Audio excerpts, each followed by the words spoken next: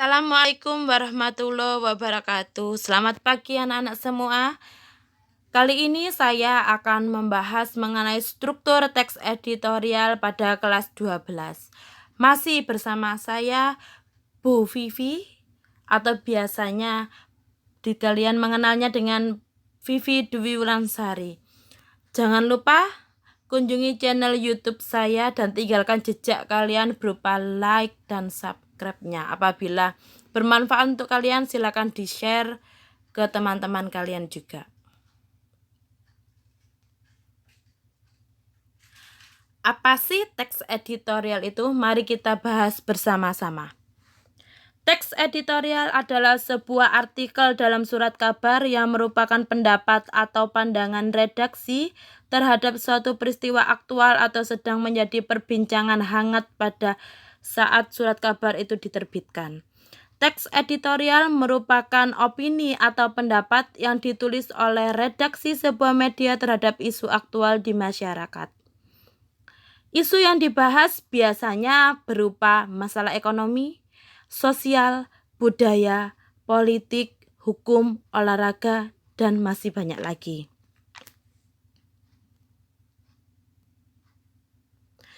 Mengidentifikasi informasi dalam teks editorial ada dua, melalui fakta dan opini. Fakta adalah keadaan hal peristiwa yang dapat dibuktikan karena merupakan kenyataan atau suatu yang benar-benar terjadi. Fakta sulit untuk terbantahkan karena dapat dilihat atau diketahui oleh banyak pihak. Dan fakta itu ada bukti nyatanya. Tetapi meskipun dengan demikian, fakta dapat saja berubah jika ditemukan fakta baru yang lebih jelas dan akurat lagi. Yang kedua adalah opini. Opini itu adalah pendapat, yaitu sesuatu yang kebenarannya masih perlu diuji karena bentuknya masih berupa pendapat. Kalimat yang mengungkapkan pendapat penulis biasanya ditandai dengan menurut saya, sepertinya, bagus sekali, sangat bagus, dan sejenisnya. Fakta bisa berupa pertama, penilaian, kritik, prediksi atau biasanya disebut juga dengan dugaan berdasarkan fakta empiris, harapan, saran. Ini saran penyelesaian masalah.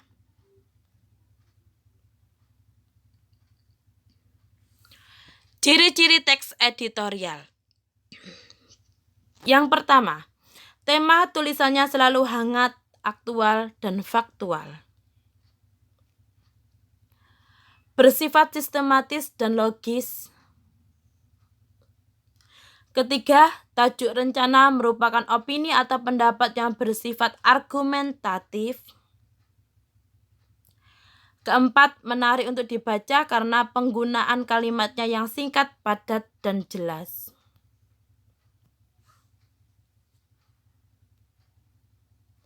Struktur teks editorial.